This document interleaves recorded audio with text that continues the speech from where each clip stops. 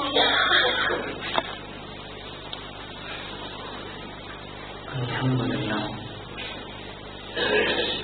لله نحمده ونستعينه ونستغفره ونؤمن به ونتوكل عليه ونعوذ بالله من شرور أنفسنا ومن سيئات أعمالنا من يهده الله فلا مضل له ومن يضلله فلا هادي له وأشهد أن لا إله إلا الله وحده لا شريك له وأشهد أن محمدا عبده ورسوله أرسله بالهدى ودين الحق ليظهره على الدين كله ولو كره المشركون اللهم صل على محمد وعلى آل محمد كما صليت على إبراهيم وعلى آل إبراهيم وبارك على محمد وعلى آل محمد كما باركت على إبراهيم وعلى آل إبراهيم في العالمين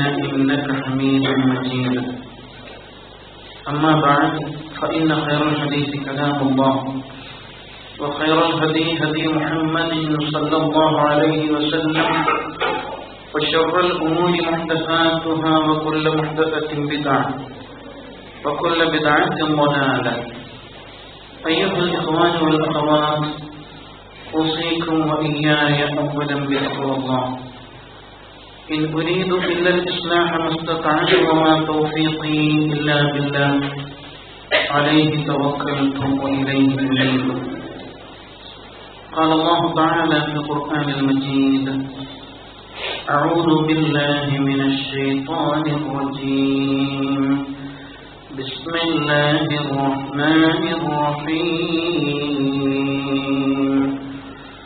وما أرسلناك إلا رحمة للعالمين صدق الله العظيم. സ്നേഹമുള്ള സഹോദരന്മാരെ സഹോദരിമാരെ, പ്രപഞ്ചനാഥനായ സകലവും സൃഷ്ടിച്ച് സംരക്ഷിച്ച് പരിപാലിച്ചുകൊണ്ടിരിക്കുന്ന ഏകനായ അല്ലാഹുവിന്റെ കൽപ്പനകൾക്ക് വിധേയമായി നമ്മുടെ ജീവിതത്തെ തഖ്വയിൽ അധിഷ്ഠിതമാക്കി മാറ്റണമെന്ന്, മുത്തഖികളായി ജീവിതം നയിക്കണമെന്ന് എന്നെയും നിങ്ങൾ ഓരോരുത്തരെയും ആദ്യമേ വസിയത്ത് ചെയ്യുകയാണ്, ഉപദേശിക്കുകയാണ്.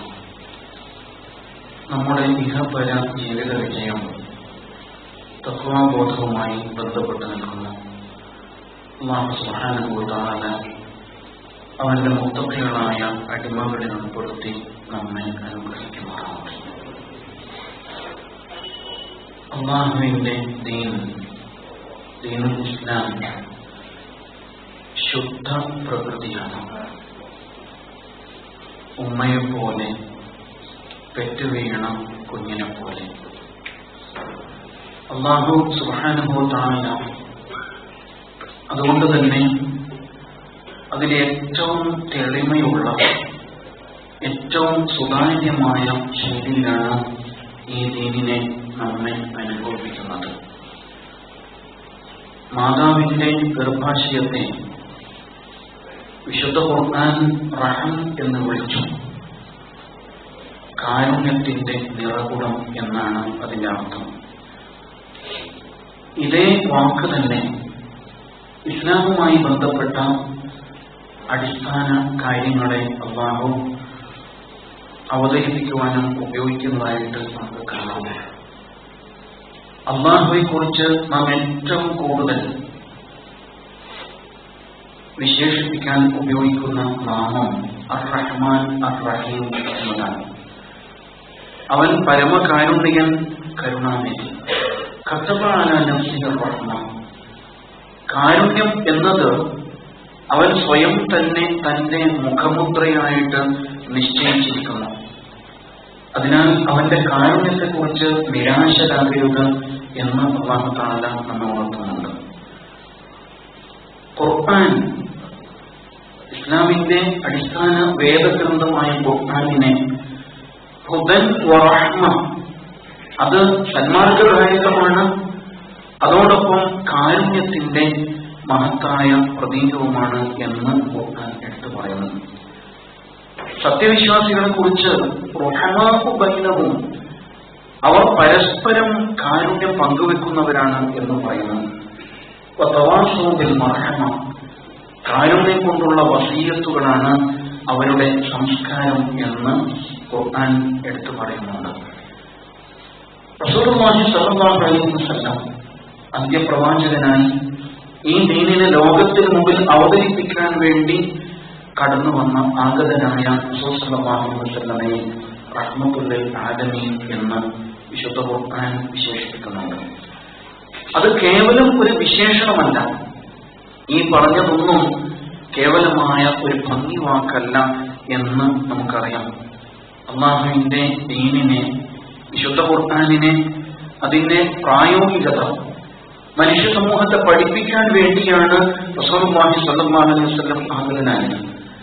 അതുകൊണ്ട് തന്നെ റസൂൽ സ്വല്ലല്ലാഹു അലൈഹി വസല്ലമയെ റഹ്മത്തുൽ ലിൽ ആലമീൻ എന്ന് വിശേഷിപ്പിക്കുമ്പോൾ അത് ഒരു ഭംഗി വാക്കല്ല, മറിച്ച് വളരെ മഹത്തായ ഒരു അധ്യാപനം തന്നെയാണ്. ആ ജീവിതത്തിന്റെ എല്ലാ മേഖലയിലും റഹ്മത്ത് നിറഞ്ഞു നിൽക്കുന്നു എന്ന് നമുക്ക് മനസ്സിലാക്കാൻ കഴിയും. അത് വിശ്വാസികളോട് മാത്രമല്ല, മനുഷ്യരോട് മാത്രമല്ല, സകല ജീവജാലങ്ങളോടും ഈ പ്രകൃതിയോട് പോലും റസൂലുള്ളാഹി സ്വല്ലല്ലാഹു അലൈഹി വസല്ലം കാരുണ്യത്തിന്റെ മുഖം പ്രകടിപ്പിക്കുന്നത് നാം അനുഭവിച്ചിട്ടുണ്ട്. അങ്ങനെയാണ് അല്ലാഹു സുബ്ഹാനഹു വ തആല ആ പ്രവാചകനെ പരിചയപ്പെടുത്തുന്നത്.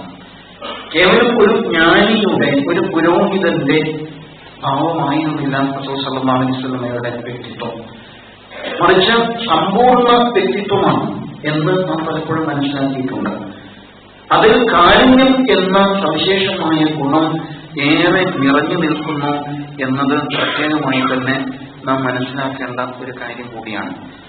അല്ലാഹു സുബ്ഹാനഹു വ തആല പ്രവാചകൻ സ്വല്ലല്ലാഹു അലൈഹി വസല്ലമയെ നമുക്ക് മുമ്പിൽ അവതരിപ്പിക്കുമ്പോൾ ആ ജീവിതത്തിന്റെ എല്ലാ മുഖവും നമുക്ക് മാതൃകയായിട്ട് നിശ്ചയിച്ചു വെച്ചു. അവിചാരിതമായി വല്ലപ്പോഴും സംഭവിച്ചു പോകുന്ന ചില നന്മകൾ എടുത്തു പറയുകയല്ല, മറിച്ച് ആ ജീവിതം മുഴുവൻ അങ്ങനെ തന്നെയായിരുന്നു, ഗുണപാഠങ്ങൾ നിറഞ്ഞതായിരുന്നു എന്നുള്ളതാണ്. സവിശേഷമായ ചില സന്ദർഭങ്ങൾ നാം കൂടുതലായിട്ട് അനുസ്മരിക്കുന്നു എന്ന് മാത്രം. ഏത് സ്വഭാവ ഗുണത്തിലും ആ ജീവിതത്തിൽ നമുക്ക് ഉത്തമമായ മാതൃകകൾ കണ്ടെത്താൻ കഴിയുന്നുണ്ട്. റസൂലുള്ളാഹി സ്വല്ലല്ലാഹു അലൈഹി വസല്ലം കാരുണ്യത്തിന്റെ പ്രതീകമാണ് എന്ന് ഉണർത്തുമ്പോൾ അത് എല്ലാ തലങ്ങളിലും ഒരുപോലെ വിശാലമായി പരന്നു കിടക്കുന്നതാണ് എന്ന് നാം മനസ്സിലാക്കുന്നു. മക്കളോട്, പേരമക്കളോട്, കുടുംബത്തോട്, സമൂഹത്തോട് എല്ലാം ആ കാരുണ്യം വിശാലമായിട്ട് നിൽക്കുന്നുണ്ട് എന്ന് കാണാം. റസൂൽ സ്വല്ലല്ലാഹു അലൈഹി വസല്ലം ഒരിക്കൽ പേരക്കുട്ടിയെ ചുംബിച്ചപ്പോഴാണല്ലോ ഒരു അനുയായി അത്ഭുതപ്പെട്ടത്. റസൂലേ, എനിക്ക് 10 മക്കളുണ്ട്, ഒരെണ്ണത്തെ പോലും ഞാൻ ഇതുവരെ ചുംബിച്ചിട്ടില്ലല്ലോ. റസൂൽ സ്വല്ലല്ലാഹു അലൈഹി വസല്ലം അദ്ദേഹത്തിന് മറുപടി നൽകുന്നുണ്ട്, മൻ ലാ യർഹം ലാ യുർഹം, കരുണ ചെയ്യാത്തവൻ കരുണ ചെയ്യപ്പെടുകയില്ല എന്ന് റസൂൽ സ്വല്ലല്ലാഹു അലൈഹി വസല്ലം അദ്ദേഹത്തിന് വലിയ ഒരു പാഠം നൽകുന്നത് കാണാം. റസൂൽ സ്വല്ലല്ലാഹു അലൈഹി വസല്ലമയിലെ കാരുണ്യത്തിന്റെ മനസ്സ് വല്ലാതെ അസ്വസ്ഥപ്പെട്ട ചില സന്ദർഭങ്ങൾ നമുക്കറിയാം. ജാഹിലിയ കാലത്ത്, അജ്ഞാന കാലത്ത് അറബികൾ ചെയ്തു കൂട്ടിയ അതിക്രമങ്ങൾ, വല്ലാത്ത അനർത്ഥങ്ങൾ അവരിങ്ങനെ സ്വയം പറഞ്ഞ പശ്ചാത്താപത്തിന്റെ തലത്തിലേക്ക് അവർ എത്താറുണ്ടായിരുന്നു. അത്തരമൊരു സന്ദർഭമാണ് സ്വന്തം മക്കളെ ജീവനോടെ ഒഴിച്ചു മൂടിയ സാഹചര്യം. ഒരു പ്രവാചക നെഞ്ഞാലി വന്ന സങ്കടം പറഞ്ഞല്ലോ, റസൂലേ, ഞാനങ്ങനെ ചെയ്തു. എന്റെ മകളെ കുട്ടിപ്രായത്തിൽ അവള് കുസൃതി കാണിച്ചുകൊണ്ടിരിക്കെ ഒരു നാൾ ഞാൻ കൈപിടിച്ച് കൊണ്ടുപോയി. എന്നിട്ട് ഞാൻ മരുഭൂമിയിൽ കുഴി കുത്തി. അങ്ങനെ കുഴി കുത്തിക്കൊണ്ടിരിക്കുമ്പോ എന്റെ താടിരോമങ്ങളിലേക്ക് പാറി വീണ മൺതരികൾ ആ കുട്ടിയെ തട്ടിത്തെറിപ്പിക്കുന്നുണ്ടായിരുന്നു. ഒടുവിൽ ഞാൻ ആ കുട്ടിയെടുത്ത് കുഴിയിലേക്ക് ഇറക്കി വെച്ചു. അപ്പോൾ ആ കുട്ടി കൈകൊട്ടിച്ചിരിക്കാണ്, വാപ്പ എന്തോ തമാശ കാണിക്കാണ് എന്ന് കരുതിയിട്ട്. പക്ഷേ ഞാൻ നിർദാക്ഷിണ്യം ആ കുഞ്ഞിന്റെ മേൽ മണ്ണ് വാരിയിട്ട് അതിനെ മൂടിക്കളഞ്ഞു. അപ്പോഴും ആ കുട്ടി വാപ്പ വാപ്പ എന്ന് വിളിച്ചുകൊണ്ടിരിക്കുന്നുണ്ടായിരുന്നു. നിർത്ത് നിർത്ത്. റസൂൽ സല്ലല്ലാഹു അലൈഹി വസല്ലം അദ്ദേഹത്തിന്റെ സംസാരം നിർത്തിക്കാൻ, കാരണം സഹിക്കാൻ കഴിയുന്നില്ല.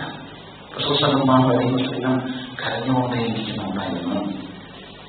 ഇങ്ങനെയുള്ള ഒരുപാട് സന്ദർഭങ്ങൾ ആ ജീവിതവുമായി ബന്ധപ്പെട്ട് നമ്മുടെ മുമ്പിലുണ്ട്.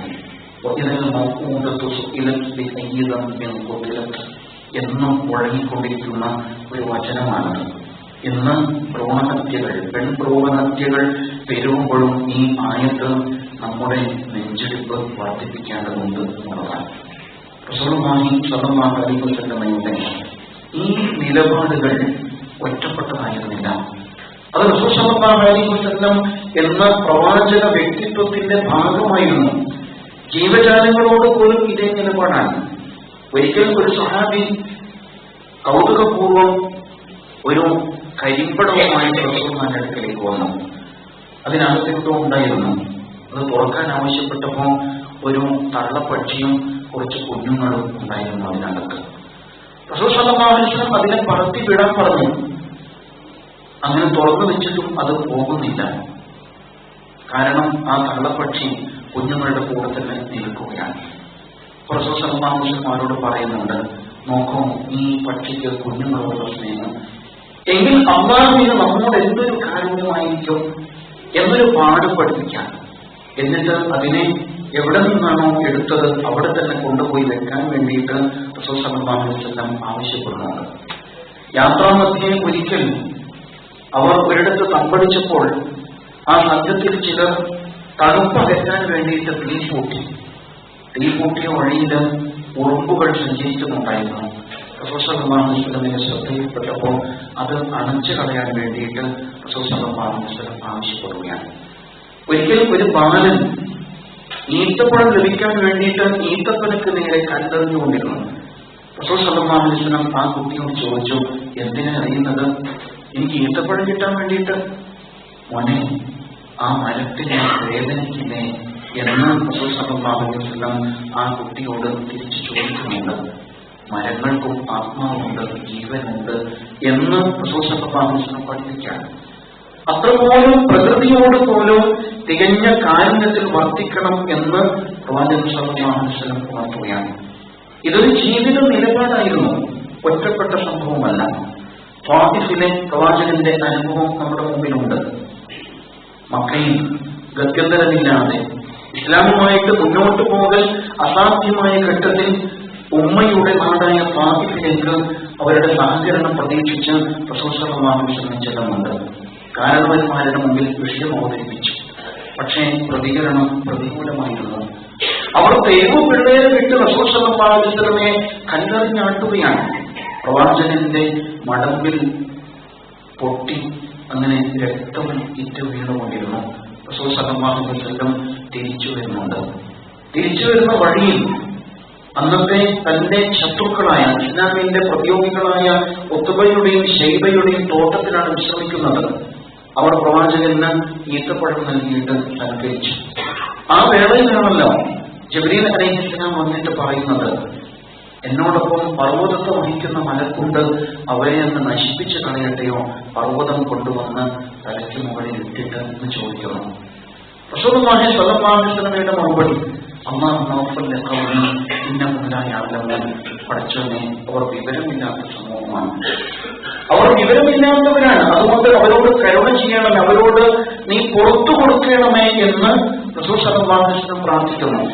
എന്നിട്ട് പ്രബോധകന്റെ നിറഞ്ഞ പ്രതീക്ഷ പ്രകടിപ്പിക്കുന്നുണ്ട്. അവരിൽ ഏതെങ്കിലും ഒരു തലമുറയിൽ നിന്ന് ഏതെങ്കിലും ഒരാൾ ഹിദായത്തിലായെങ്കിൽ അതാണ് അല്ലാഹുവേ ഞാൻ ഇതിനേക്കാളും ഇഷ്ടപ്പെടുന്നത് എന്ന് റസൂൽ സല്ലല്ലാഹു അലൈഹി വസല്ലം ആ വേളയിൽ പ്രതീക്ഷ പ്രകടിപ്പിക്കുന്ന സംഭവം നമുക്ക് കാണാം.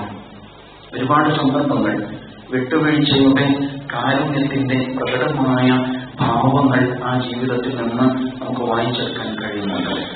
യാത്രാമധ്യേ നല്ല ചൂടുള്ള ഒരു നട്ടുച്ചയിൽ മരത്തണലിൽ വിശ്രമിച്ചുകൊണ്ടിരിക്കുമ്പോൾ തന്റെ വാൾ പ്രവാചകൻ ആ മരക്കൊമ്പിൽ തൂക്കിയിട്ടിരുന്നു. ആ വേളയിലാണ് ഔസ് ഇബ്നു ഹാരിസ് എന്ന പ്രതിയോഗി അവിടെ പ്രത്യക്ഷപ്പെടുന്നത്. അയാൾ ഇത് ഏറ്റവും നല്ല സന്ദർഭമാണ് എന്ന് മനസ്സിലാക്കി. പ്രവാചകനെ വധിക്കാനുള്ള ഏറ്റവും നല്ല സന്ദർഭം, ആ ബഹുമതി തനിക്ക് നേടിയെടുക്കാൻ കഴിയും എന്ന ധാരണയിൽ പ്രവാചകൻ തൂക്കിയിട്ട വാളെടുത്ത് പ്രവാചകനെ വധിക്കാൻ ഉദ്യമിക്കുകയാണ്. അപ്പോഴാണല്ലോ ഞെട്ടി ഉണർന്നത്. രംഗം കണ്ടു, പ്രവാചകൻ അക്ഷോഭ്യനായി അവിടെ നിൽക്കുകയാണ്. അതേ അവസ്ഥയിൽ തെളിഞ്ഞിരിക്കുന്നു. ഉടനെ അയാൾ ചോദിക്കുന്നുണ്ട്, മുഹമ്മദ്, ഈ വാളിൽ നിന്ന് നിന്നെ ആര് രക്ഷിക്കും? റസൂൽ സല്ലല്ലാഹു അലൈഹി വസല്ലം ഉടനെ മറുപടി പറഞ്ഞു, അല്ലാഹു എന്നെ രക്ഷിക്കും. മുഖത്ത് യാതൊരു ഭാവഭേദവും ഉണ്ടായിരുന്നില്ല. ഈ വാക്കുകൾ കേട്ടപ്പോ ഔസ് ഇബ്നു ഹാരിസ് വല്ലാതെ അങ്ങ് പേടിച്ചുപോയി. ഈ വിശ്വാസത്തിന് ഇത്രമാത്രം കയ്യിട്ടുണ്ടോ? അയാളുടെ കയ്യിൽ നിന്ന് വാള് താഴെ വീണ വാൾ ശാന്തനായി പ്രവാചകൻ കയ്യിലേക്ക് എടുത്തു. എന്നിട്ട് തിരിച്ചു ചോദിക്കുന്നുണ്ട്, അവർ ഇപ്പോൾ ഈ വാളിൽ നിന്ന് നിന്നെയായി രക്ഷിക്കും? അയ്യോ മുഹമ്മദ്, ഞാൻ അവിവേകം കാണിച്ചു പോയതാണ്, എന്നോട് ഓർക്കണം. നിനക്ക് മാത്രമേ എന്നെ രക്ഷപ്പെടുത്താൻ കഴിയൂ എന്ന് പറയുന്നുണ്ട്. റസൂൽ സല്ലല്ലാഹു അലൈഹി വസല്ലം അയാളെ വെറുതെ വിടുകയാണ്. കുറച്ചു ദൂരം അദ്ദേഹം തിരിഞ്ഞ് സഞ്ചരിച്ചതിന് ശേഷം വീണ്ടും പ്രവാചകന്റെ സന്നിധിയിലേക്ക് വന്ന് അദ്ദേഹം ഇസ്ലാം ആശ്ലേഷിക്കുകയാണ് ചെയ്യുന്നത്. വിട്ടുവീഴ്ചയുടെ നിലപാടിന്റെ പ്രതികരണങ്ങൾ പ്രവാചക ജീവിതത്തിൽ ഒട്ടേറെ ഉണ്ടായിട്ടുണ്ട്. ഒറ്റപ്പെട്ട സംഭവമല്ല അത്. അതൊരിക്കലും ഭീരുത്വത്തിന്റെ നിലപാടായിരുന്നില്ല, അല്ലെങ്കിൽ ഒരുതരം ഒഴിഞ്ഞു മാറലിന്റെ സൂത്രമായിരുന്നില്ല. മറിച്ച് വളരെ കൃത്യമായ ലക്ഷ്യബോധത്തോടുകൂടിയുള്ള വിട്ടുവീഴ്ചകളാണ് ആ ജീവിതത്തിൽ ഉണ്ടായത് എന്ന് നമുക്ക് കാണാൻ പറ്റുന്നുണ്ട്. ബദർ യുദ്ധം കഴിഞ്ഞു. മക്ക മുശ്രിക്കുകൾ നിരാശരായി, ദുഃഖ പരവശരായി. അങ്ങനെ മക്കയിൽ അവര് സങ്കടം പങ്കുവെക്കാൻ വേണ്ടിയിട്ട് ഒത്തുകൂടുകയാണ്. കൂട്ടത്തിൽ ഉമയ്ർ ബിൻ വഹബ് എന്ന പ്രതിയോഗി ഉണ്ടായിരുന്നു. അയാൾ സഫ്വാൻ എന്ന കൂട്ടുകാരനോട് പറയുന്നു, ആ മുഹമ്മദിന്റെ കഥ ഞാൻ കഴിച്ചേനെ, പക്ഷെ എനിക്ക് കുറച്ച് കടബാധ്യത ഉണ്ടായിപ്പോയി, അല്ലെങ്കിൽ ഞാൻ അയാളുടെ കഥ കഴിച്ചേനെ എന്ന് പറഞ്ഞു. ഉടനെ സഫ്വാൻ ചോദിച്ചു, അതുമാത്രമേ പ്രശ്നമുള്ളൂ? നിന്റെ കടം ഞാൻ ഏറ്റെടുത്താൽ മുഹമ്മദിനെ വധിക്കുക എന്ന ഉദ്യമം ഏറ്റെടുക്കുമോ? തീർച്ചയായും അയാൾ പറഞ്ഞു, എങ്കിൽ നിന്റെ കടം ഞാൻ ഏറ്റെടുത്തിരിക്കുന്നു. അഥവാ ആ വധശ്രമത്തിൽ നിനക്ക് വല്ല അപകടവും സംഭവിച്ചാൽ നിന്റെ കുടുംബത്തിന്റെ സംരക്ഷണവും ഞാൻ ഏറ്റെടുത്തിരിക്കുന്നു എന്നാ പറഞ്ഞത്. അങ്ങനെ ഉമയ്ർ ബിൻ വഹബ് റസൂൽ സല്ലല്ലാഹു അലൈഹി വസല്ലമയെ വധിക്കാൻ വേണ്ടി പുറപ്പെടാൻ മദീനയിലേക്ക് വളരെ തന്ത്രങ്ങൾ മെനഞ്ഞുകൊണ്ട് അയാൾ പുറപ്പെട്ടു. അങ്ങനെ അങ്ങോട്ട് എത്തിയപ്പോൾ ഇയാൾ ഇസ്ലാമിന്റെ പ്രതിയോഗിയാണ് എന്ന് തിരിച്ചറിഞ്ഞ ഉമർ റളിയല്ലാഹു അൻഹു അയാളെ തടയാൻ ശ്രമിച്ചു. അയാളുടെ കൈവശം വിഷം പുരട്ടിയ വാളുണ്ടായിരുന്നു. അത് ഒളിപ്പിച്ചു വെച്ചിരിക്കുകയായിരുന്നു ശരീരത്തിൽ. റസൂൽ സല്ലല്ലാഹു അലൈഹി വസല്ലമയുടെ മുമ്പിൽ അയാൾ ഹാജരാക്കപ്പെട്ടു. പ്രവാചകൻ ചോദിച്ചു, എന്തിനാണ് വന്നത്? അയാൾ പറഞ്ഞു, ബന്ദികളെ വിട്ടയക്കാൻ ആവശ്യപ്പെടാൻ വേണ്ടിയാണ്. ബദറിൽ പിടികൂടിയ ബന്ദികളെ വിട്ടയക്കണം എന്ന് ആവശ്യപ്പെടാൻ വേണ്ടി വന്നതാണ്. അതിനെന്തിനാണ് താങ്കൾ വാളുമായി വന്നത്? ഞാനത് മറന്നുപോയി എന്ന രൂപത്തിൽ ഞാൻ ക്ഷമാപണം നടത്താൻ ഞാൻ അറിയാതെ കൊണ്ടുവന്നു പോയതാണ്. വീണ്ടും പ്രവാചകന്റെ ചോദ്യം, എങ്കിൽ എന്തിനാണ് ആ വാൾത്തലത്തിൽ വിഷം പുരട്ടിയത്? അദ്ദേഹത്തിന് മറുപടി പറയാനുണ്ടാവില്ല. വീണ്ടും ചോദിച്ചു, താങ്കൾ സഫ്വാനുമായിട്ട് ഒരു കരാറിൽ ഏർപ്പെട്ടിട്ടുണ്ടല്ലേ? ഉണ്ട്. ഈ കാര്യങ്ങളെന്ന് പറഞ്ഞപ്പോ ഉമയ്ർ ബിൻ വഹബ് ആകെ അസ്വസ്ഥനായി പോയി. എങ്ങനെയാണ് ഈ കാര്യങ്ങളൊക്കെ ഇദ്ദേഹം പറഞ്ഞത്? തീർച്ചയായും ദിവ്യ വെളിപാടിലൂടെ അല്ലാതെ മുഹമ്മദിന് ഇതറിയാനുള്ള സമയമായിട്ടില്ല എന്ന് തിരിച്ചറിഞ്ഞുകൊണ്ട് ഉമയ്ർ ബിൻ വഹബ് പ്രവാചകൻ സല്ലല്ലാഹു അലൈഹി വസല്ലമയുടെ മുമ്പിൽ ഇസ്ലാം സ്വീകരിക്കുന്നത് മറ്റൊരു സന്ദർഭമാണ്. വിട്ടുവീഴ്ചയുടെ നിലപാടുകൾ. റസൂൽ സല്ലല്ലാഹു അലൈഹി വസല്ലം അദ്ദേഹത്തോട് തിരിഞ്ഞു പോയിക്കൊള്ളാൻ പറഞ്ഞപ്പോൾ അദ്ദേഹം ഇസ്ലാം സ്വീകരിക്കുകയാണ് ചെയ്യുന്നത്. വീണ്ടും ചോദിച്ചു, ഇനി വല്ല ആവശ്യവുമുണ്ടോ? അപ്പോഴും അദ്ദേഹം പറഞ്ഞു, ആ തടവ് പുള്ളികളെ വിട്ടുകിട്ടിയാൽ നന്നായിരുന്നു. ഇസ്ലാമിനോട് യുദ്ധം ചെയ്യാൻ വേണ്ടി വന്ന് അങ്ങനെ ബദറിൽ പരാജയപ്പെട്ട് പിടികൂടപ്പെട്ട ആ തടവ് പുള്ളികളെയാണ് വിട്ടുകിട്ടേണ്ടത്. ഇത് പറയാൻ വേണ്ടി, ആവശ്യപ്പെടാൻ വേണ്ടി വന്നിരിക്കുന്നത് റസൂൽ സല്ലല്ലാഹു അലൈഹി വസല്ലമയെ ചതിയിൽ വധിക്കാൻ വേണ്ടി ഒരുപെട്ട് വന്ന പ്രതിയോഗി റസൂലുള്ളാഹി സ്വല്ലല്ലാഹു അലൈഹി വസല്ലം ആ തടവ് പുള്ളികളെ മോചനദ്രവ്യം വാങ്ങിയിട്ട് വിട്ടുകൊടുക്കുകയാണ് ചെയ്യുന്നത് എന്നത് ചരിത്രത്തിലെ മറ്റൊരു സംഭവമാണ്. യമാമ എന്ന രാജ്യത്തെ ഭരണാധികാരിയായിരുന്നല്ലോ ഉസാമ എന്നയാൾ, സുമാമ എന്നയാൾ. ആ രാജാവ് ഇസ്ലാമിനോട് അങ്ങേയറ്റം കടുത്ത നിലപാടുകൾ സ്വീകരിച്ചു. റസൂൽ സല്ലല്ലാഹു അലൈഹി വസല്ലം കത്തയച്ച് ഇസ്ലാമിലേക്ക് ക്ഷണിച്ചു. പക്ഷേ പ്രതികൂലമായിരുന്നു മറുപടി. മാത്രമല്ല, വിശ്വാസികളിൽപ്പെട്ട 2-3 പേരെ അയാൾ വധിച്ചു കളഞ്ഞു. ഇസ്ലാമിനോട് തികഞ്ഞ യുദ്ധപ്രഖ്യാപന സമീപനത്തോടുകൂടി തന്നെ അയാൾ മുന്നോട്ട് പോവുകയുണ്ടായി. റസൂലുള്ളാഹി സ്വല്ലല്ലാഹു അലൈഹി വസല്ലം മദീനയിൽ വെച്ച് അനുയായികളോട് പറഞ്ഞു, സുമാമയെ എവിടെ കണ്ടാലും വധിക്കണം. അത് പ്രതിക്രിയയുടെ ഭാഗമാണ്. കാരണം അദ്ദേഹം വിശ്വാസികളായ മദീന നിവാസികളെ വധിച്ചിരിക്കുന്നു. അതിനാൽ പ്രതിക്രിയ ചെയ്യേണ്ടതുണ്ട്. അയാളെ കണ്ടുമുട്ടിയാൽ വധിക്കണം എന്ന് ഉത്തരവിട്ടിരുന്നു. ഒരിക്കൽ സുമാമ ഉംറ ചെയ്യാൻ വേണ്ടിയിട്ട് ജാഹിലിയ ഉംറയ്ക്ക് വേണ്ടിയിട്ട് മദീനയുടെ പ്രാന്തപ്രദേശത്തുകൂടെ കടന്നു പോവുകയാണ്. ആ വേളയിൽ അപകടത്തിൽപ്പെട്ടു. അങ്ങനെ സ്വഹാബിമാരിൽ ചിലർ അയാളുടെ റസൂൽ സല്ലല്ലാഹു അലൈഹി വസല്ലമയുടെ മുമ്പിലേക്ക് കൊണ്ടുവന്നു. ഇത് സുമാമയാണ്, യമാമയിലെ ഭരണാധികാരിയാണ് എന്നൊന്നും അവർ അറിഞ്ഞിരുന്നില്ല. പക്ഷെ റസൂൽ സല്ലല്ലാഹു അലൈഹി വസല്ലം ആളെ തിരിച്ചറിഞ്ഞു. അദ്ദേഹത്തിന് ആവശ്യമായ പരിചരണം നൽകി. തന്റെ ഒട്ടകത്തിന്റെ പാൽ കറന്നെടുത്ത് സുമാമയ്ക്ക് നൽകി. ഭക്ഷണം കൃത്യസമയത്ത് എത്തിച്ചു കൊടുത്തുകൊണ്ടിരുന്നു. സുമാമ എന്ത് തോന്നുന്നു? റസൂൽ സല്ലല്ലാഹു അലൈഹി വസല്ലമയുടെ ചോദ്യം. സുമാമ പറഞ്ഞു, പ്രത്യേകിച്ചൊന്നും തോന്നുന്നില്ല. വേണമെങ്കിൽ താങ്കൾക്ക് എന്നെ വധിക്കാം, കാരണം ഞാൻ അതിന് അർഹനാണ്. എന്നാൽ താങ്കളിനോട് വിട്ടുവീഴ്ച ചെയ്യുകയാണെങ്കിൽ തീർച്ചയായും ഞാൻ നന്ദിയുള്ളവനായിരിക്കും. ഇത് മാത്രമാണ് മറുപടി. വീണ്ടും 2-3 ദിവസം ഇതേ പരിചരണം തുടർന്നു. പിന്നീടും റസൂൽ സല്ലല്ലാഹു അലൈഹി വസല്ലം അദ്ദേഹത്തോട് കാര്യങ്ങൾ അന്വേഷിച്ചപ്പോൾ ഇതേ മറുപടി തന്നെ, വേണമെങ്കിൽ എന്നെ വധിക്കാം, എന്നാൽ വിട്ടുവീഴ്ച ചെയ്താൽ ഞാൻ നന്ദിയുള്ളവനായിരിക്കും. റസൂൽ സല്ലല്ലാഹു അലൈഹി വസല്ലം അയാളെ വെറുതെ വിടുകയാണ്.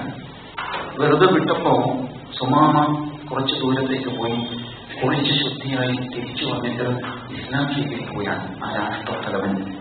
ഇതൊരു സംഭവമാണ്. ഇങ്ങനെ ഒരുപാട് സംഭവങ്ങൾ റസൂലുള്ളാഹി സ്വല്ലല്ലാഹു അലൈഹി വസല്ലമയുടെ മഹത്തായ വിട്ടുവീഴ്ചയുടെ പ്രതിഫലനങ്ങൾ ആ കാലഘട്ടത്തിൽ ഉണ്ടായതായിട്ട് നമുക്ക് കാണാൻ കഴിയുന്നുണ്ട്. ജന്മനാട്ടിൽ നിന്ന് ആട്ടി അകറ്റിയ ഒരു ഘട്ടത്തിൽ 3 വർഷക്കാലം ശഅബ് അബീ ത്വാലിബ് എന്ന മലഞ്ചെരുവിൽ വെറും പച്ചപ്പുല്ലും ഉണങ്ങിയ തോലിന്റെ കഷ്ണവുമൊക്കെ വെള്ളത്തിലിട്ട് ഭക്ഷിക്കേണ്ടി വന്ന ഒരു ഘട്ടമുണ്ടായിരുന്നല്ലോ വിശ്വാസികൾക്ക്. ആടിന്റെ കാഷ്ടം പോലെയായിരുന്നു അവരന്ന് വിസർജിച്ചിരുന്നത് എന്ന ചരിത്രം. അത്തരത്തിലുള്ള അങ്ങേയറ്റം പരീക്ഷണം നിറഞ്ഞ സാഹചര്യങ്ങളിലൂടെ ഇസ്ലാമിക സമൂഹം കടന്നുപോയിട്ടുണ്ട്. പക്ഷെ എല്ലാം കഴിഞ്ഞു, മദീനയിലെത്തി. ബദറും ഉഹദും കഴിഞ്ഞു. ഹിജ്റ 5-ാം വർഷം മക്കയിൽ കടുത്ത ദാരിദ്ര്യമുണ്ടായി, കൊടും പട്ടിണി. മക്ക മുശ്രിക്കുകളുടെ നേതാവ് അബൂ സുഫിയാൻ റസൂൽ സല്ലല്ലാഹു അലൈഹി വസല്ലമയെ സമീപിക്കുന്നുണ്ട്. മുഹമ്മദ്, എന്തു തന്നെയായാലും നിന്റെ ഉടപ്പിറപ്പുകളല്ലേ, നിന്റെ കുടുംബക്കാരും ബന്ധുക്കളുമല്ലേ അവിടെ പട്ടിണി കിടന്ന് മരിക്കാൻ പോകുന്നത്? ഒന്ന് പ്രാർത്ഥിക്കും മുഹമ്മദ്.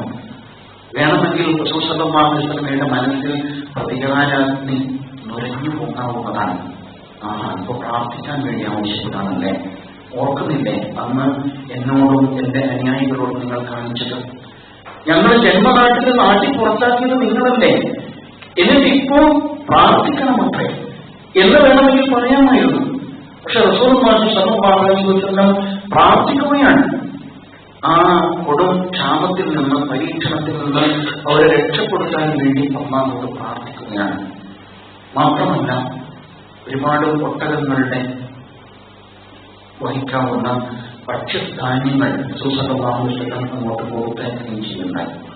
പക്ഷെ എല്ലാം ലഭിച്ചപ്പോൾ നേരെ തിരിച്ചാണ് പിന്നെ അവർ പറഞ്ഞത്, നമ്മുടെ കുലദൈവങ്ങൾ പ്രസാദിച്ചിരിക്കുന്നു, അങ്ങനെ പട്ടിണിയും ദാരിദ്ര്യവും മാറിയിരിക്കുന്നു. റസൂലുള്ളാഹി സ്വല്ലല്ലാഹു അലൈഹി വസല്ലം അങ്ങേയറ്റത്തെ വിശാലത പ്രകടിപ്പിച്ച സന്ദർഭങ്ങൾ ഒട്ടേറെ നമുക്ക് വായിച്ചെടുക്കാൻ കഴിയുന്നുണ്ട് ചരിത്രത്തിൽ നിന്നും. ഇതെങ്ങനെയാണ് നമ്മുടെ സമൂഹത്തെ അനുഭവിപ്പിക്കുവാൻ നമുക്ക് കഴിയുക എന്നത് നാം ആലോചിക്കേണ്ട കാര്യമാണ്. ഇതേ അബൂ സുഫിയാനാണ് മക്ക വിജയവേളയിൽ റസൂലുള്ളാഹി സ്വല്ലല്ലാഹു അലൈഹി വസല്ലമയും സ്വഹാബത്തും മക്കയിലേക്ക് കടക്കുമ്പോൾ ഒളിച്ചും പാത്തും എങ്ങനെ രക്ഷപ്പെടാൻ കഴിയും എന്നാലോചിച്ച് അസ്വസ്ഥനാകുന്നത്. അത് തിരിച്ചറിഞ്ഞ റസൂൽ സ്വല്ലല്ലാഹു അലൈഹി വസല്ലം കാലയെ കൂട്ടി വിളിച്ചു പറഞ്ഞു, എന്താ? മസ്ജിദുൽ ഹറമിൽ പ്രവേശിച്ചവൻ സുരക്ഷിതനാണ്, അബൂ സുഫിയാന്റെ വീട്ടിൽ പ്രവേശിച്ചവൻ സുരക്ഷിതനാണ്. ആ നേതാവിന്റെ പദവിയെ റസൂൽ സ്വല്ലല്ലാഹു അലൈഹി വസല്ലം ആദരിക്കുകയാണ് ചെയ്തത്. അബൂ സുഫിയാന്റെ വീട്ടിൽ പ്രവേശിച്ചവൻ സുരക്ഷിതനാണ്. ആ ഘട്ടത്തിലാണ് അബൂ സുഫിയാൻ ഇസ്ലാമിലേക്ക് കടന്നു വരുന്നത് എന്നത് ചരിത്രത്തിലെ മറ്റൊരു അധ്യായമാണ്. അപ്പോ റസൂൽ സ്വല്ലല്ലാഹു അലൈഹി വസല്ലമയുടെ മുമ്പിൽ ഒരുപക്ഷെ ജന്മനാട്ടിൽ നിന്ന് പുറത്താക്കിയ നിരന്തരമായ യുദ്ധങ്ങളിലും ഗൂഢാലോചനകളിലും പങ്കാളികളായ കുറെ ആൾ ഹാജരാക്കപ്പെട്ടല്ലോ. ആ സമയത്ത് റസൂൽ സ്വല്ലല്ലാഹു അലൈഹി വസല്ലം ചോദിച്ചില്ലേ, ഞാൻ നിങ്ങളെ എന്ത് ചെയ്യുമെന്നാണ് നിങ്ങൾ കരുതുന്നത്? അവർ പറഞ്ഞു, താങ്കൾ മാന്യനായ സഹോദരൻ, താങ്കൾ മാന്യനായ സഹോദരന്റെ പുത്രൻ, അതുകൊണ്ട് താങ്കളിൽ നിന്ന് ഞങ്ങൾ മാന്യത മാത്രമേ പ്രതീക്ഷിക്കുന്നുള്ളൂ. ഇതായിരുന്നു ആ സമയത്ത് അവരുടെ മറുപടി. റസൂൽ സ്വല്ലല്ലാഹു അലൈഹി വസല്ലം ചരിത്ര പ്രസിദ്ധമായ ഒരു വാക്ക് പറഞ്ഞു, എനിക്ക് നിങ്ങളോട് പറയാനുള്ളത് എന്റെ സഹോദരൻ യൂസുഫ് അലൈഹിസ്സലാം തന്റെ സഹോദരങ്ങളോട് പറഞ്ഞ അതേ വാക്കുകളാണ്. ലാ തസ്രീബ അലൈക്കും അൽ-യൗം, ഇന്ന് നിങ്ങളോട് പ്രതികാരമില്ല. ഇദ്ഹബൂ ഫഅൻതും തുലഖ, നിങ്ങൾ പോയിക്കൊള്ളുക, നിങ്ങൾ സ്വതന്ത്രരായി. അങ്ങനെ വിട്ടുവീഴ്ചയുടെ മഹിതമായ മാതൃക റസൂൽ സ്വല്ലല്ലാഹു അലൈഹി വസല്ലം പ്രകടിപ്പിക്കുകയാണ്.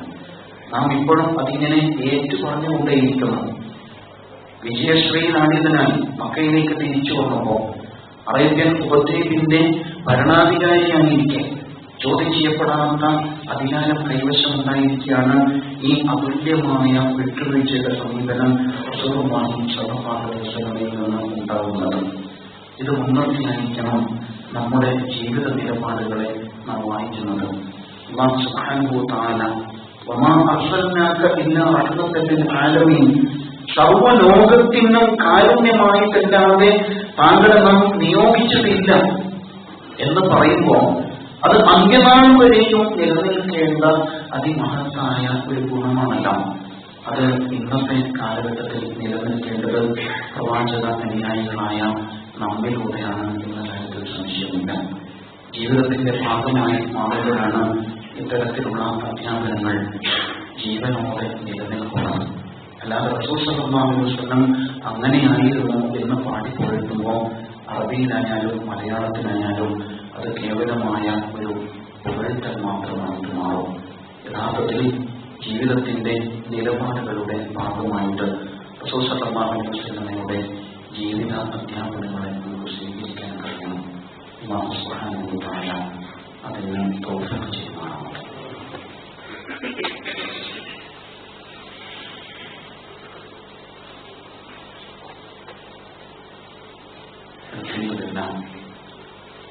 الحمد لله الذي هدانا لهذا وما كنا لنهتدي لولا أن هدانا الله.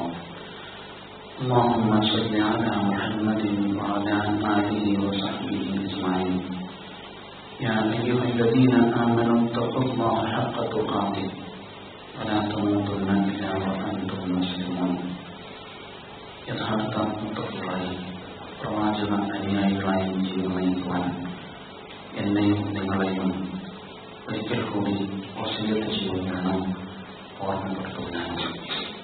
റസൂലുള്ളാഹി സ്വല്ലല്ലാഹു അലൈഹി വസല്ലമയുടെ അനിതര സാധാരണമായ ജീവിതക്രമം നിരന്തരം ഓർത്തുകൊണ്ടേയിരിക്കുന്നവരാണ് നാം കടന്നു പോകുന്ന റബീഉൽ അവ്വലിൽ നമ്മുടെ കേരളത്തിലും രാജ്യത്തും ലോകത്താകമാനവും അങ്ങനെയുള്ള ഒരുപാട് മദ്ഹുകൾ പറഞ്ഞു പോയിട്ടുണ്ട്.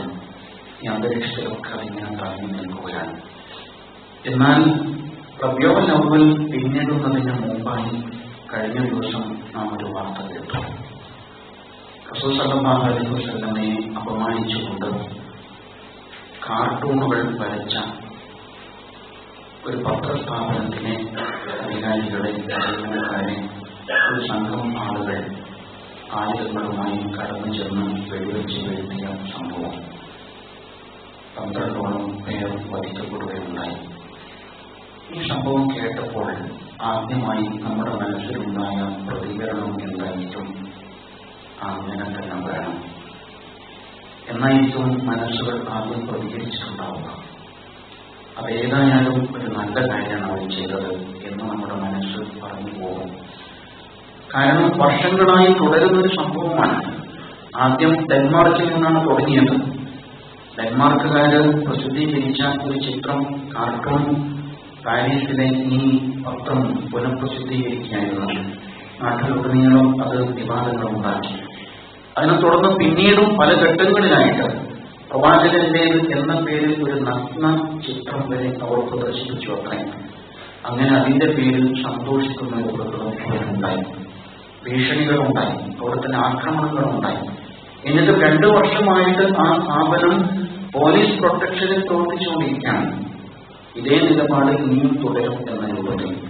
അങ്ങനെയാണ് അവരെ അവസാനിപ്പിച്ചു കളയാം എന്ന് ഒരു സംഘത്തിന് തോന്നിയത്. നമ്മുടെ മനസ്സ് ഒന്നാമതായി ഇതിനോട് പ്രതികരിക്കുക തീർച്ചയായും അതിനാവശ്യമുള്ള കാര്യമാണ് എന്നായിരിക്കും. കാരണം ആവിഷ്കാര സ്വാതന്ത്ര്യം അതിൽ കടക്കരുത്. അതാണ് പൊതുവെ ലോകം വിളിച്ചു പറയുക. ഇത് ആവിഷ്കാര സ്വാതന്ത്ര്യമാണ്. ഒരു വ്യക്തിയുടെ, അതല്ല 200 കോടിയിലേറെ വരുന്ന വലിയ ഒരു ജനവിഭാഗത്തിന്റെ നേതാവിനെ ലോകം മുഴുവനും കാലങ്ങളായി ആദരിച്ചുകൊണ്ടിരിക്കുന്ന ഒരു മഹാരക്ഷനെയാണ് അവര് അപകീർത്തിപ്പെടുത്തിയിരിക്കുന്നത്. അതൊരിക്കലും ആവിഷ്കാര സ്വാതന്ത്ര്യത്തിന്റെ പേരിൽ അംഗീകരിച്ചു കൊടുക്കാൻ സാധ്യമല്ല. അതേ സമയത്ത് അതിനോടുള്ള പ്രതികരണ രീതി എങ്ങനെയായിരിക്കണം? നേരത്തെ നാം കേട്ട പ്രവാചക അധ്യാപനങ്ങൾ മുൻനിർത്തിയിട്ട് എന്ത് നിലപാടാണ് യഥാർത്ഥത്തിൽ അതിനോട് സ്വീകരിക്കേണ്ടിയിരുന്നത് എന്നത് നാം പഠിക്കേണ്ടതാണ്. ലോകത്തെ ഏറ്റവും തെറ്റിദ്ധരിപ്പിക്കപ്പെട്ട ഒരേ നേതാവ് റസൂലുള്ളാഹി സ്വല്ലല്ലാഹു അലൈഹി വസല്ലമയാണ്. അത്രമാത്രം ആ ജീവിതകാലത്തും അതിനുശേഷവും ഖുർആൻ തന്നെ എടുത്തു പറയുന്നില്ലേ, പല വാക്കുകളിൽ ആ കൂട്ടം റസൂൽ സ്വല്ലല്ലാഹു അലൈഹി വസല്ലമയെ പരിഹസിച്ചു. അപ്പോഴൊക്കെ പടച്ച തമ്പുരാൻ റസൂൽ സ്വല്ലല്ലാഹു അലൈഹി വസല്ലമയെ ആശ്വസിപ്പിച്ചു.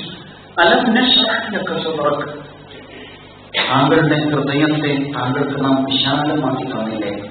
ഏത് പരീക്ഷണത്തെയും ഏത് പരിഹാസത്തെയും ഉൾക്കൊള്ളാൻ കഴിയുന്ന വിശാല മനസ്സ് തന്നില്ലേ എന്നാണ് അല്ലാഹു തആല ആശ്വസിപ്പിക്കുന്നത്.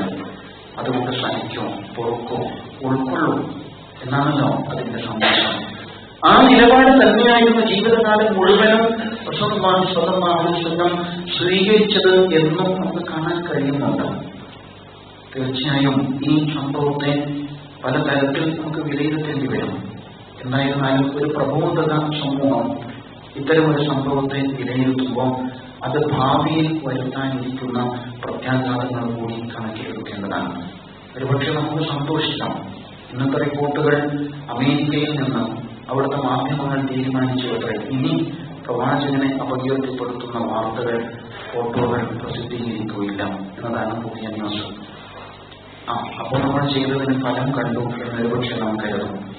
യഥാർത്ഥത്തിൽ അങ്ങനെയല്ലല്ലോ. ഒന്നുകൂടി പോസിറ്റീവായ ഒരു സമീപന രീതി സ്വീകരിക്കാമായിരുന്നു.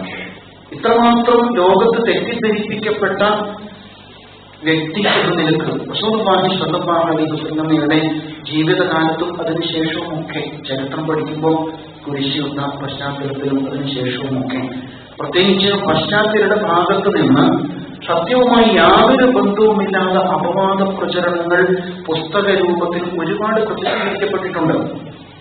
ഇവരൊക്കെയും വായിച്ചു പഠിക്കുന്നതും മനസ്സിലാക്കുന്നതും അത്തരത്തിലുള്ള വികലമായ കാര്യങ്ങളായിരിക്കും. അതുകൊണ്ടായിരിക്കണം പ്രവാചകനെ കുറിച്ച് ഇത്രമാത്രം തെറ്റിദ്ധാരണ അവരുടെ മനസ്സുകളിലുള്ളത്. തീർച്ചയായും ക്രിയാത്മകമായ ഒരു നിലപാട് അവരുടെ മനസ്സുകളിൽ ആരാണ് റസൂൽ എന്ന യഥാർത്ഥ ചിന്ത ഇട്ടുകൊടുക്കാനുള്ള അവസരം സൃഷ്ടിക്കുവാക്കുന്നതായിരിക്കും. നേരത്തെ പറഞ്ഞ മനംമാറ്റമുണ്ടായ ആളുകളുണ്ടല്ലോ, അവരൊക്കെയും റസൂൽ സ്വല്ലല്ലാഹു അലൈഹി വസല്ലം വധിക്കപ്പെടേണ്ടവരാണ് എന്ന് കരുതിയവരാണ്.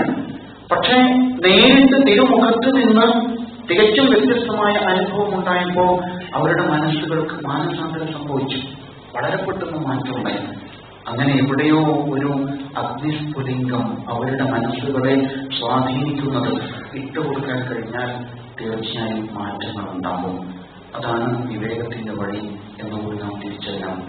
മാത്രമല്ല, മറ്റൊരു റിപ്പോർട്ട് മാധ്യമ നിരീക്ഷകന്മാർ നൽകുന്നത് അമേരിക്കയും കൂട്ടാളികളും ബോധപൂർവം മുസ്ലിം സമൂഹത്തിനകത്ത് തീവ്രവാദം ഉണ്ട് എന്ന് വരുത്താൻ വേണ്ടി അങ്ങനെ ഒരു ഗ്രൂപ്പിനെ തന്നെ സൃഷ്ടിച്ചുകൊണ്ടിരിക്കുന്നു. അത്രേ പള്ളികളിൽ രഹസ്യമായി അവരുടെ ഏജന്റുമാർ കടന്നു വന്നിട്ട് പെട്ടെന്ന് പ്രകോപിതരാകാൻ ഇടയുള്ള വൈകാരികതയ്ക്ക് അടിപ്പെടുന്ന ആളുകളെ കണ്ടെത്തിയിട്ട് അങ്ങനെയുള്ളവരെ കാശ് കൊടുത്ത് പരിശീലിപ്പിച്ച് ഇത്തരം പണികൾ ചെയ്യിക്കുന്നുണ്ടത്രേ. സെപ്റ്റംബർ 11 സംഭവത്തിന് ശേഷം 400-ലേറെ ഇത്തരം സംഭവങ്ങൾ റിപ്പോർട്ട് ചെയ്യപ്പെട്ടിട്ടുണ്ട്. ആയിരക്കണക്കായ ആളുകളെ അവർ ഇതിനു വേണ്ടി ഉപകരണങ്ങളാക്കി മാറ്റിക്കൊണ്ടിരിക്കുന്നു എന്നാണ് പറയുന്നത്. ഇസ്ലാമിന്റെ പ്രതിച്ഛായ കണക്ക് കൊടുത്താൽ കാരണം മറ്റൊന്നുമല്ല, ലോകത്ത് ഏറ്റവും കൂടുതൽ പഠിക്കപ്പെടുന്നത്, ആകർഷിക്കപ്പെടുന്നത്, ആളുകൾ സ്വീകരിച്ചുകൊണ്ടിരിക്കുന്നത് ഇസ്ലാമാണ് എന്നത് എല്ലാവരെയും ഭയപ്പെടുത്തുന്നു. നമ്മുടെ നാട്ടിലെ ഭരണാധികാരികളെയും അങ്ങനെ തന്നെ. കഴിഞ്ഞ ദിവസമൊക്കെ ഉണ്ടായ പ്രസ്താവനകളുണ്ടല്ലോ, ഹൈന്ദവ സഹോദരങ്ങൾ ചുരുങ്ങിയത് 4 മക്കളെങ്കിലും ഉണ്ടാവണം എന്നൊക്കെ വിളിച്ചു പറയുന്ന അവസ്ഥയിലേക്ക് കാലം മാറുകയാണ്. എന്ന് പറഞ്ഞാൽ അല്ലാഹുവിന്റെ ദീനിന്റെ പ്രചരണത്തെ മറ്റുള്ളവർ അനാവശ്യമായി ഭയപ്പെട്ടുകൊണ്ടിരിക്കുന്നു. സത്യം തീർച്ചയായും വെളിപ്പെടും. അതൊരു യാഥാർത്ഥ്യമാണ്, പ്രകൃതി സത്യമാണ്. ആര് തന്നെ അതിനെ എതിർത്താലും തീർച്ചയായും പ്രബോധന മനസ്സോടുകൂടി വൈകാരികതക്ക് അടിമപ്പെടുന്നതിന് പകരം ഒന്നുകൂടി വിശാലമായ കാഴ്ചപ്പാടോടുകൂടി കാര്യങ്ങളെ നോക്കിക്കാണാൻ നമുക്ക് കഴിയണം എന്നാണ് ഉണർത്താനുള്ളത്. അല്ലാഹു സുബ്ഹാനഹു വ തആല അവന്റെ ദീനിനെ റസൂലുള്ളാഹി സ്വല്ലല്ലാഹു അലൈഹി വസല്ലം നമുക്ക് കാണിച്ചു തന്നതുപോലെ ജീവിതം കൊണ്ട് മാതൃകയാക്കുവാൻ, ജനങ്ങൾക്ക് മുമ്പിൽ അവതരിപ്പിക്കുവാൻ തൗഫീഖ് ചെയ്യുമാറാണ്. അവന്റെ ദീനിന്റെ പ്രബോധകന്മാരായി ദീർഘവീക്ഷണത്തോടെ വിശാല മനസ്സോടെ രംഗത്തിറങ്ങുവാൻ അല്ലാഹു നമുക്ക് കഴിവ് നൽകുമാറാണ്. പടച്ചവനെ എല്ലാവിധ പരീക്ഷണങ്ങളിൽ നിന്നും ഉമ്മത്ത് മുസ്ലിമയെ നീ കാത്തു രക്ഷിക്കാൻ നടത്തെ. പ്രതിയോഗികളുടെ നിരന്തരമായ ഗൂഢാലോചനകൾ ലോകതലത്തിൽ തന്നെ ഉണ്ടായിക്കൊണ്ടിരിക്കുകയാണ്. നാഥ, എല്ലാ കുതന്ത്രങ്ങളെയും നീ പരാജയപ്പെടുത്തണമെന്നാണ്. അവർക്ക് സത്യം തിരിച്ചറിയാനുള്ള വിവേകം നൽകി അനുഗ്രഹിക്കണമെന്നാണ്. രോഗങ്ങളിൽ നിന്നും മനപ്രയാസങ്ങളിൽ നിന്നും മറ്റ് അസുഖങ്ങളിലെല്ലാം ഞങ്ങളെ നീ കാത്തു രക്ഷിക്കണമെന്നേ. ഞങ്ങളിൽ നിന്ന് മരണപ്പെട്ടുപോയ മാതാപിതാക്കൾ, ബന്ധുമിത്രാദികൾ എല്ലാവർക്കും മഹത്വത്തും മാറ്റമത്തും നൽകി അനുഗ്രഹിക്കണമെന്നാണ്. اللهم اغفر للمؤمنين والمؤمنات والمسلمين والمسلمات الأحياء منهم والأموات إنك مجيب الدعوات يا قاضي الحاجات. ربنا آتنا في الدنيا حسنة وفي الآخرة حسنة وقنا عذاب النار. اللهم أجرنا من النار، اللهم أجرنا من النار، اللهم أجرنا من النار. اللهم أعز الإسلام والمسلمين وأذل الشرك والمشركين وانصرنا على القوم الكافرين. ربنا اغفر لنا ولإخواننا الذين سبقونا بالإيمان ولا تجعل في قلوبنا غلا للذين آمنوا ربنا إنك